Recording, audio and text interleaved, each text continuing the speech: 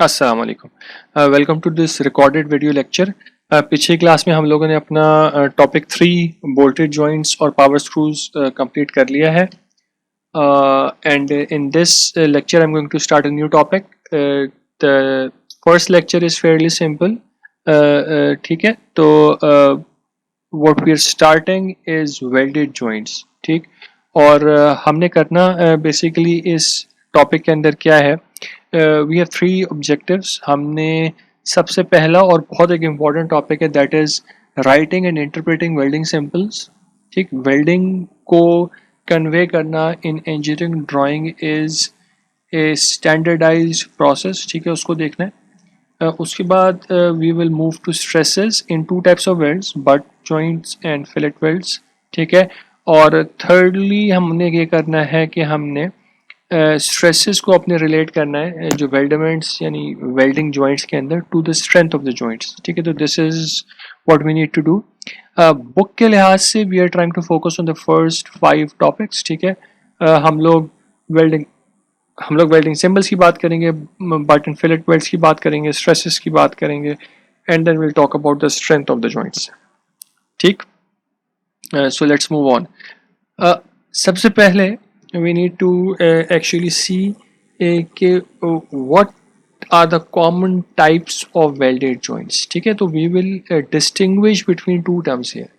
एक चीज़ हम बोलेंगे welded joints और दूसरी हम बोलेंगे weld itself. ठीक है, weld की भी बात करेंगे और welded joint की भी बात करेंगे। तो welded joint डिपेंड्स कि आपके जो मेटिंग पार्ट्स हैं वो किस तरीके से आपस में अरेंज्ड। ठीक है, तो उसकी बहुत कॉमन 5 टाइप्स हमने यहाँ पे शो की हुई हैं। There is the butt joint which is used when you have 2 sheets. ठीक है, प्लेट्स या शीट्स हैं जो कि एक दूसरे के साइड बाय साइड रखी हुई है and you want to weld them across the edge. ठीक है, एक एज के अक्रॉस आप उनको वेल्ड करना चाह रहे हैं। There is edge welding which is different from the butt welding, because you can see कि इस केस में इन प्लेन दोनों शीट्स रखी हुई हैं और इन केस में दोनों शीट्स पैरेलल रखी हुई। ठीक है, corner weld is self explanatory. ठीक है, 2 शीट्स रखी हुई हैं आपके, एक कॉर्नर प्रोड्यूस हो रहा है, उसके ऊपर आपने वेल्डिंग की हुई है। T is also self explanatory. ठीक है, आपने just like a corner but instead के वो कॉर्नर जनरेट हो रहा हो, आपकी एक शीट के ऊपर दूसरी शीट रखी हुई है, तो there is a contact edge contact edges produce हो रहे हैं यहाँ पे जिनके ऊपर हम वेल्डिंग कर सकते हैं। And finally we have a lap joint जिसमें हम एक शीट के ऊपर दूसरी शीट को रख रहे हैं और and then we can weld it. ठीक, तो these are the very common types of welded joints. ठीक, then we have types of the welding itself कि वेल्डिंग किस टाइप की हो रही है। तो उसके हमारे पास बेसिकली 4 टाइप्स यहाँ पे शो हुई हैं। एक ग्रूव वेल्डिंग है, एक फिलेट वेल्डिंग है, एक प्लग वेल्डिंग है और एक स्लॉट वेल्डिंग है। ठीक, ग्रूव वेल्डिंग के लिए 2 पिक्चर शो की हुई हैं। एक CJP ग्रूव कह रहे हैं, एक को PJP ग्रूव कह रहे हैं। ठीक है, तो CJP groove basically means we are talking about complete joint penetration groove welding, जिसका मतलब है कि हमने through the entire thickness welding की हुई। और पार्शियल जॉइंट पेनिट्रेशन ग्रूव के अंदर we are only welding across partial thickness of the sheets. ठीक, इसका मतलब ये नहीं है कि this joint can not be improved. This thing complete joint penetration is only possible when the sheets themselves are very are relatively thin. But अगर sheets thick होंगी तो you cannot actually penetrate the entire joint from one side. तो उसके लिए आप partial welding करते हैं एक side से and then you can repeat the process from the other side as well. ठीक, fillet welding ये होती है कि you don't have parallel sheets, यानी in plane sheets इस तरीके से नहीं पड़ी हुई। Instead you have 2 surfaces which are not parallel, यानी इधर जो 2 surfaces के अक्रॉस आप वेल्डिंग कर रहे हैं वो पैरेलल रखे हुए हैं। ठीक है, इस केस में ऐसा नहीं है, दोनों लाइकली 90 डिग्रीज पे होते हैं, नॉट नेसेसरली। ठीक है, 2 सर्फेसेज हैं, एक ग्रे वाली का और एक ब्राउन वाले का। ठीक है, they are at 90 degrees in this figure और उस इसके अक्रॉस हमने वेल्डिंग करनी है, तो this is known as a fillet weld.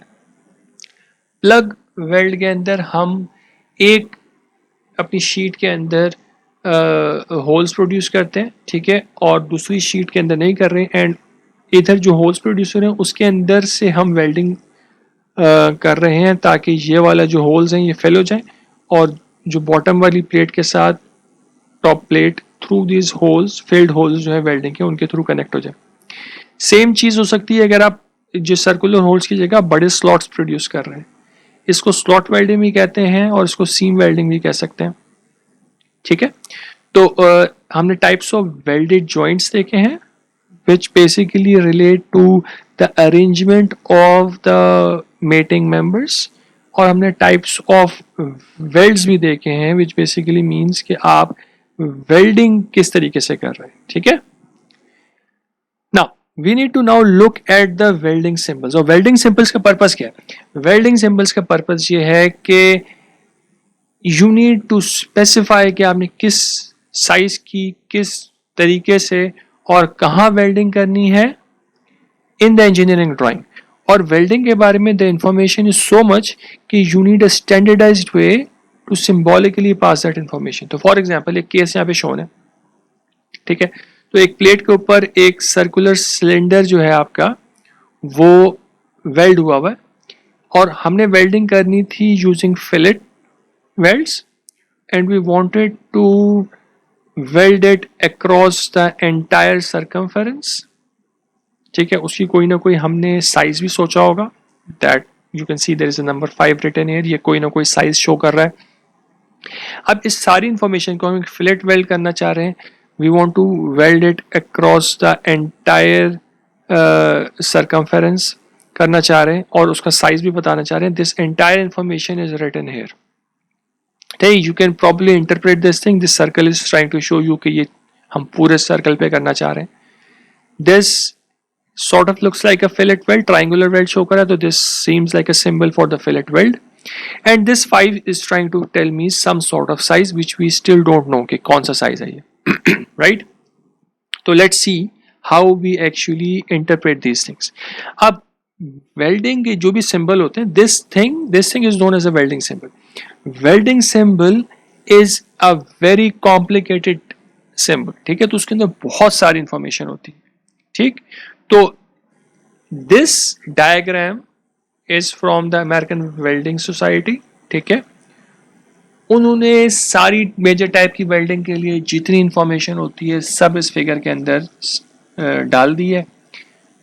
We want to avoid for example the information for plug welds, ठीक है, because we are not focusing on that। हम लोग फोकस करेंगे दो चीज़ों के ऊपर, हम लोग फोकस करेंगे ग्रूव वेल्डिंग के ऊपर और फिलेट वेल्डिंग के ऊपर। These are the common types of welding, ठीक है। तो what I have done is I have broken this figure down. इसके अंदर मैंने ये कहा कि हम लोग let's start adding things on a blank arrow, ठीक है। तो हमने एक बिल्कुल सिंपल सी लाइन से स्टार्ट कर रहे हैं, and will keep on adding things and will try to see कि हर जो इंफॉर्मेशन ऐड हो रही है उसका क्या मतलब है। तो first of all see that this has two parts. एक एरो है जो कि आपकी डायग्राम के ऊपर पॉइंट कर रहा होगा उस लोकेशन को जहां पे वेल्डिंग होनी है। सेकेंड एक आपकी रेफरेंस लाइन है। Now this reference line carries all the information. इसके ऊपर, इसके नीचे, इसके पीछे there is information placed in specified symbols and locations जहां पे आप उसको इंटरप्रेट कर सकते हैं यूजिंग द स्टैंडर्ड्स, ठीक है। तो reference line and the arrow they are mandatory, इनके बगैर आप वेल्डिंग सिंबल नहीं डिफाइन कर सकते, ठीक है। इसके बाद हमें क्या चाहिए होता है? इसके बाद वी नीड टू टेल कि हमारी वेल्डिंग एक्चुअली है किस टाइप की, कौन सी टाइप का वेल्ड यूज कर रहे हैं हम लोग। उसके लिए we need to place the weld symbols. हम रिमेंबर कि हमने पहले बात की थी, we are distinguishing between welding and weld. Welding is a process which can utilize different type of welds, ठीक है। यानी फिलेट वेल्ड भी यूज हो सकता है, ग्रूव वेल्ड यूज हो सकता है, स्पॉट वेल्डिंग कर सकते हैं आप, ठीक है। आप उसके साथ में और क्या क्या कर सकते हैं, यू कैन मेक स्लॉट्स बना सकते हैं, आप सीम्स के थ्रू ऊपर वेल्डिंग कर सकते हैं, आप बीड्स लगा सकते हैं अक्रॉस द एजेस, ठीक है, आप इंटरमीडिएट वेल्डिंग कर सकते हैं, आप कंप्लीट वेल्डिंग कर सकते हैं. तो there is a lot we can do. The type of the weld that we want to use is specified here, either up top or bottom, depending कि हम welding किधर कर रहे हैं. And this actually matters कि ये जो इधर चीज लिखी हुई है कि एरो की साइड पे आप सिंबल बनाएंगे या उसके दूसरी साइड पे सिंबल बनाएंगे, इसका कोई ना कोई मतलब है. क्या मतलब है? We are not talking about it right now. We just need to understand कि इट मैटर्स कि आप सिंबल कहाँ बना रहे हैं. एरो की साइड पे बना रहे हैं कि एरो की दूसरी साइड पे बना रहे हैं. दैट डज नॉट मीन कि आपका जो एरो है it has to always point down. You can have a symbol like this and we can place for example a fillet weld symbol here. ठीक है, in fact the fillet weld symbol is like this. ठीक है, and here we can specify a size if you want. If we are showing something on the arrow side, arrow इधर ऊपर है और हम arrow की तरफ शो करें, that means something. अगर हम इसकी जगह पे सेम काम इधर कर दें, दैट मीन्स समथिंग. ठीक है, तो इसको हमें देखना पड़ेगा what are we trying to say here. We can also put the symbol on both sides and that also has a specified meaning. ठीक है, इस रेफरेंस लाइन की एक टेल भी हो सकती है. The tail is not compulsory. This is a perfectly okay welding symbol, but sometimes you want to give some extra information. For example, अगर मैं आर्क वेल्डिंग कर रहा हूँ तो मैं कौन सा इलेक्ट्रोड, किस मटेरियल का इलेक्ट्रोड, किस ग्रेड का इलेक्ट्रोड उठा रहा हूँ, I can give that information here. I can even say कि मैं किस टाइप की वेल्डिंग करना चाह रहा हूँ. तो अगर मैं metal inert gas welding, MIG welding करना चाह रहा हूँ तो I can write that information here. और भी कोई इंफॉर्मेशन लिखनी है तो for example you have a note that you want to give to the welder, तो you can simply write see note 1 और आपकी जो भी इंजीनियरिंग ड्राइंग है उसके नीचे एक नोट 1 लिखा हुआ होगा. ठीक है, तो any extra information that you want to tell to the welder goes in the tail. It's not compulsory but it is available to us if we want to provide some information.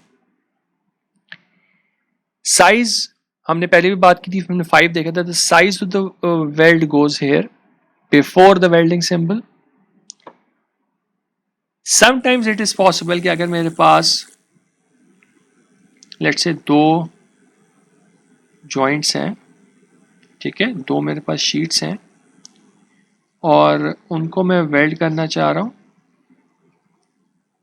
तो it is possible कि मैं इस पूरी length को weld कर दूं या फिर मैं वेल्डिंग एक सर्टेन डिस्टेंस पे करता रहूं. If you want to tell this information, welding size matters. कि अगर मेरे पास एक फिलेट वेल्ड है, इसका साइज क्या है, इसकी क्रॉस सेक्शन के साइज की बात हो रही है, जो साइज हो रहा है. ठीक है, जो यहां पे हम इंफॉर्मेशन दे रहे हैं, हम इसकी लेंथ की बात कर रहे हैं कि ये लेंथ कितनी है, और इसकी पिच की बात कर रहे हैं कि कितने कितने डिस्टेंस के बाद आपने ये वेल्डिंग परफॉर्म करनी है. ठीक है, तो you are already seeing that in a very small space we are trying to tell a lot of different things to the welder. ठीक है, तो स्टैंडर्ड इसीलिए यूज करना जरूरी है बिकॉज इतनी कम स्पेस में इतनी सारी इंफॉर्मेशन दे रहे हैं, तो the welder should know the terminology and you should know the terminology. सही. और क्या कर सकते हैं, एक सिंबल हमने पहले भी देखा था, इस सिंबल को कहते हैं वेल्ड ऑल अराउंड. यानी अगर कोई भी 2 पार्ट्स मेट कर रहे हैं और मैं ये सर्कल यहाँ पे बना दूंगा, it will always be a circle. It does not mean कि अगर मेरे पास एक स्क्वायर कॉन्टैक्ट एज प्रोड्यूस हो रहा है 2 पार्ट्स के बीच में तो मैं यहाँ पे स्क्वायर बनाऊंगा. नहीं, मैंने सर्कल ही बनाना है. सर्कल सिंबल का मतलब ये है कि मेरे जो भी कॉन्टैक्ट एजेस बन रहे हैं 2 पार्ट्स के बीच में, उनको मैंने कंप्लीटली वेल्ड करना. ठीक. अब एक सिंबल और होता है, this we call the field weld. अब देखिए, this information what we are trying to say in this particular case, जो फ्लैग बना है इसमें हम ये बोल रहे हैं कि this particular welding needs to be performed in the field या फिर on site.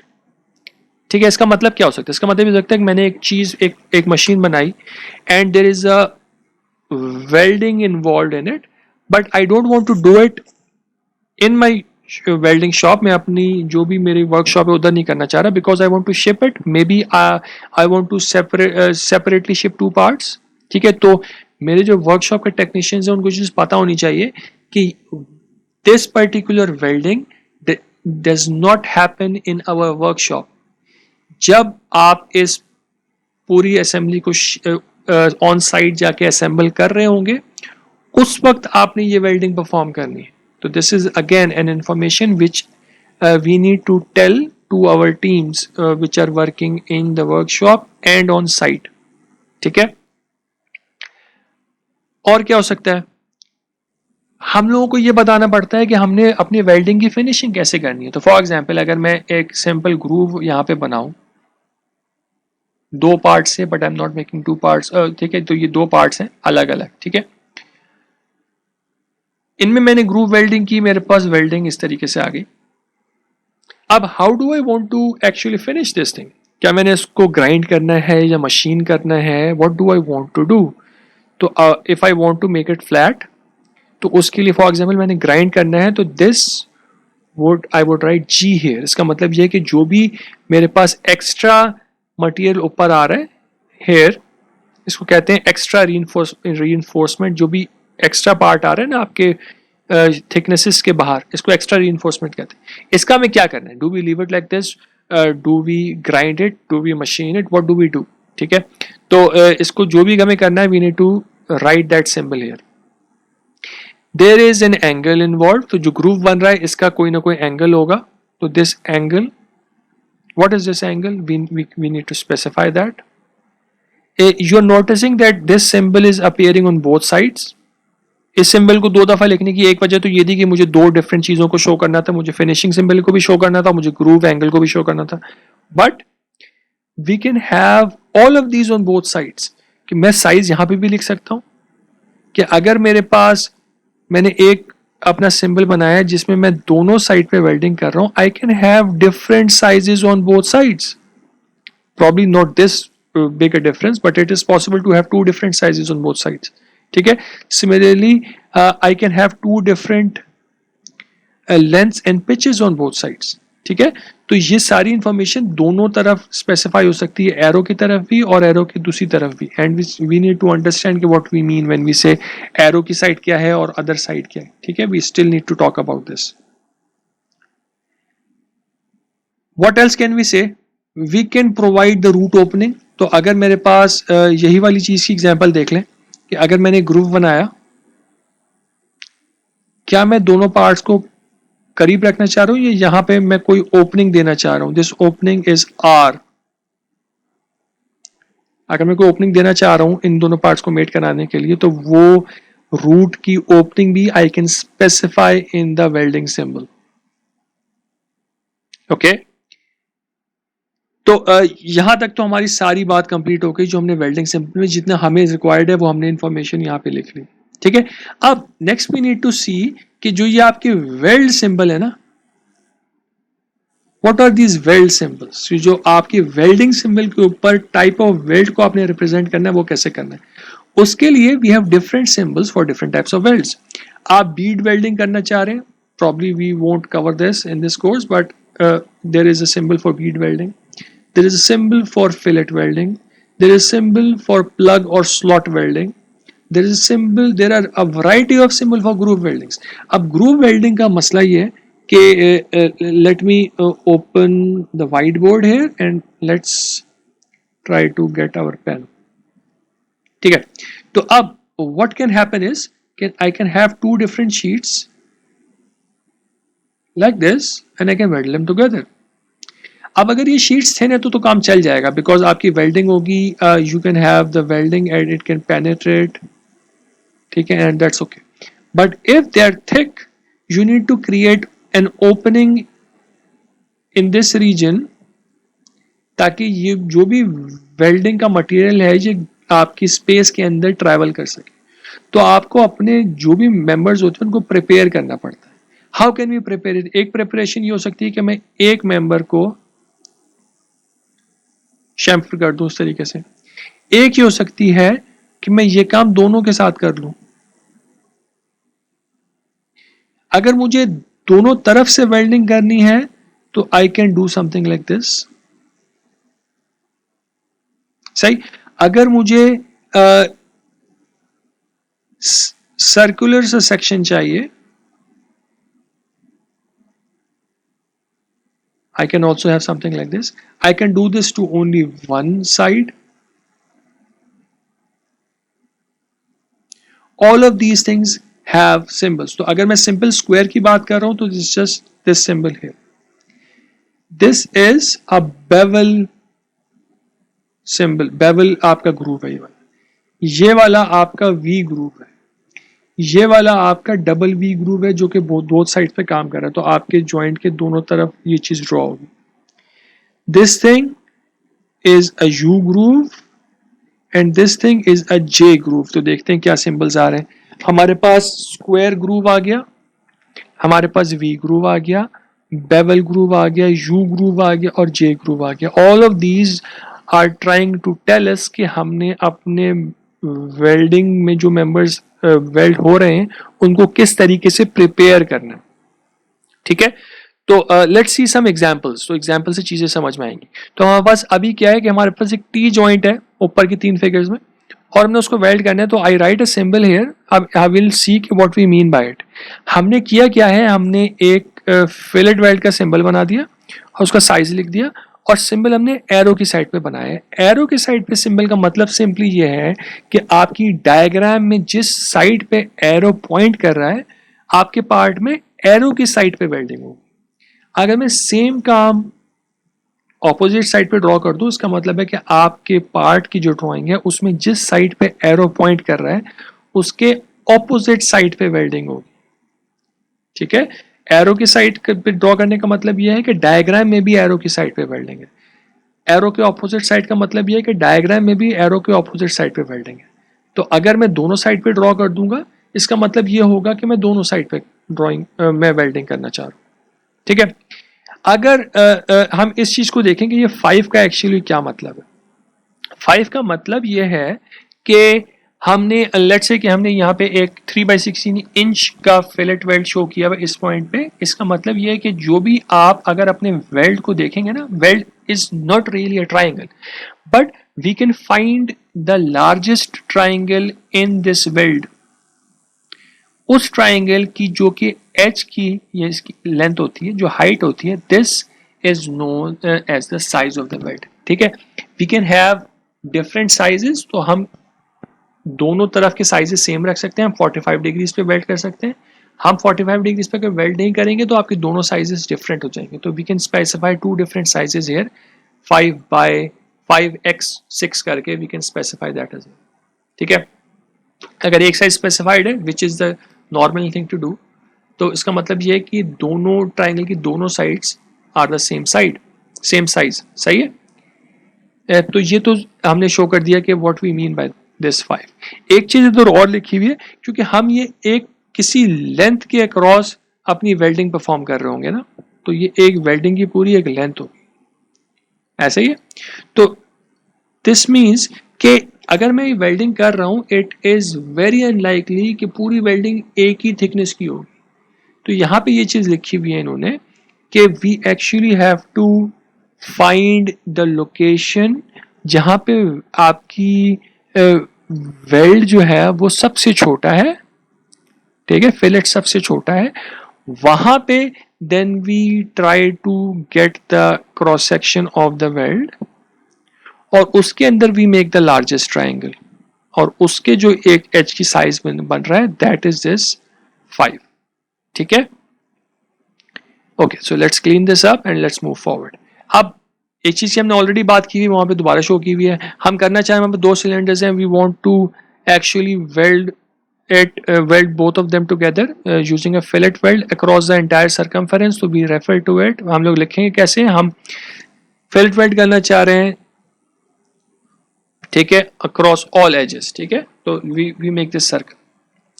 Again this does not mean कि आपकी ज्योमेट्री में भी सर्कल होना चाहिए। ज्योमेट्री में जो एजेस है वो स्क्वायर भी हो सकते हैं। This could have been a square bar like this. तो उसमें हम इन सारी सरफेसेस के ऊपर वेल्डिंग परफॉर्म करते हैं। ठीक है, ओके, तो ये एग्जांपल्स सारी मैंने सेलेक्ट की थी, कुछ बुक की एग्जांपल्स हैं, will look at them and then will stop. तो ये एग्जैक्टली सेम चीज है, तो I just stop at the point where I get something new, this is new. तो इसमें वो ये कह रहे हैं कि हमने क्या करना है, हमने फिलेट वेल्डिंग करनी है, लेंथ और पिच उन्होंने हमें बता दी है, but they are giving us weld symbols on both sides but they are not together, which means that they are staggered। तो अगर मैं इसी डायग्राम के ऊपर दूसरी साइड की वेल्डिंग भी शो करूंगा तो दूसरी साइड की welding is going to be in middle of these, तो दूसरी साइड की वेल्डिंग जो है वो इससे ऑफसेट हो रही होगी। इसकी लेंथ भी 60 है, इसकी लेंथ भी 60 है, इनके बीच में गैप जो है वो भी 200 है, इनके बीच में भी जो गैप है दैट इज ऑल्सो 200, सही। But this is a staggered welding, तो ये जो यहाँ पे इन्होंने इसके बीच में जो गैप क्रिएट किया है that is trying to show कि दोनों साइड की वेल्डिंग जो है दैट इज स्टैगर्ड, सही। ये वाली बात भी हमने की हुई थी, I am just going to move on. मैंने बेसिकली सारे जितने भी एग्जांपल्स बुक में शो थी वो सारी यहाँ पे कॉपी की हुई है। कुछ और केसेस हैं, ग्रूव वेल्डिंग है but we have not actually prepared the members for anything, parallelly है, तो this is a square groove weld, ठीक है। आपने इस वाले केस को देखते हैं, आपने क्या किया, बल्कि इसको देख लेते हैं पहले। आपने वेल्डिंग सिंबल में एरो की साइड पे भी वी ग्रूव बनाया है और ऑपोजिट साइड पे भी वी ग्रूव बनाया है। This is trying to show us कि आपने दोनों साइड से वेल्डिंग परफॉर्म करनी है। ये काम यहाँ पे भी हुआ है, आपकी वेल्डिंग के सिंबल एरो के ऑपोजिट साइड पे भी बना हुआ है और एरो की साइड पे भी बना हुआ है। ये जो वेल्डिंग है ये एक साइड से परफॉर्म नहीं हुई, हमने ऊपर से भी वेल्डिंग की है और हमने नीचे से भी वेल्डिंग की। सेम थिंग इज हैपनिंग है, हमने वेल्डिंग दोनों तरफ से की, ठीक है। ग्रूव के angle 60 degrees is the default angle, you don't need to write it, वरना यहाँ पे 60 डिग्रीज मेंशन भी किया जा सकता है, जैसे कि आपकी दूसरे केस में शोन है, इस वाले केस में। इस केस में what we are saying is, if we just look at this symbol here, we need to have a V groove, V groove की बात हो रही है, 60 डिग्रीज उस ग्रूव का एंगल होगा, ठीक हो गया। This is the root gap, root के ऊपर कितना गैप आपने रखना है, यू कैन ऑलवेज रिविजिट जहां पे हमने वेल्डिंग सिंबल को डिफाइन किया, तो this we define the root gap here. तो what this is telling is कि हम सिर्फ एक साइड से वेल्डिंग कर रहे हैं और जिस साइड पे डायग्राम में एरो पॉइंट हो रहा है उस साइड से वेल्डिंग कर रहे हैं, ठीक है। तो अगर आपने वेल्डिंग करनी है इसके लिए तो you will need to prepare this groove, पहले आपको ये वी ग्रूव खुद प्रिपेयर करना पड़ेगा through some sort of machining, and then you are going to place the members so that there is a gap of let's say 2 mm here, and then we are going to perform this welding, ठीक है। तो this is what this all means कि इसमें आप इसमें उनको ये भी बता रहे हैं कि आपको प्रिपरेशन कैसे करनी है, पहले आपने वी ग्रूव खुद बनाना है and then you are going to weld it. This is a bevel, ठीक है। बेवल में क्या होता है, आप सिर्फ एक साइड को प्रिपेयर करते हैं, तो आपने एक साइड को 45 डिग्रीज पे प्रिपेयर कर लिया and you create a gap here, और उसमें अंदर हम सिर्फ एक साइड पे वेल्डिंग कर रहे हैं which is the side of the arrow, ठीक। सो फाइनल स्लाइड है हमारी ये, इसके बाद we will stop. I'll come to this first one later on। तो पहले केस में द स्टैंडर्ड थिंग्स देख लेते हैं। आप यू ग्रूव बनाना चाह रहे हैं एरो की साइड पे, तो दिस बुक में इस तरीके से बना हुआ था, we should actually have placed it here, ठीक है। इसमें हम एक साइड से हमने पहले यू ग्रूव को प्रिपेयर करना है दोनों पार्ट्स को मशीन करके, and then we are going to weld it. This is the J groove, J groove के लिए आप सिर्फ एक को प्रिपेयर करते हैं, ठीक है। आपने एक को प्रिपेयर किया and then we weld it from the side of the arrow। तो again this should have been given like this, ठीक है। अच्छा, this is an edge weld, तो हमारे पास दो पार्ट्स हैं, ठीक है, उनके एज पे हम वेल्डिंग करना चाह रहे हैं। the welding that we are going to perform is still square groove welding, but अब ये ज्योमेट्री ऐसी है कि हम इसमें दूसरी साइड से मशीनिंग नहीं कर सकते, तो वी आर स्पेसिफाइंग हेयर कि हम इस लोकेशन में, तो लेट्स ड्रॉ इट करेक्टली, इस लोकेशन में we are going to do a square groove weld but only on one side which is the arrow side which is this side here. तो हम इसमें टॉप से basically groove welding करना चाह रहे हैं। हमने इसमें कोई किसी किस्म की सर्फेसिस को प्रिपेयर नहीं किया, तो we are just doing a simple square groove welding which means कि we are just taking unprepared members और उनकी हम वेल्डिंग कर रहे हैं। ठीक, तो I think this is it. तो thank you very much, I will stop here. अस्सलाम वालेकुम।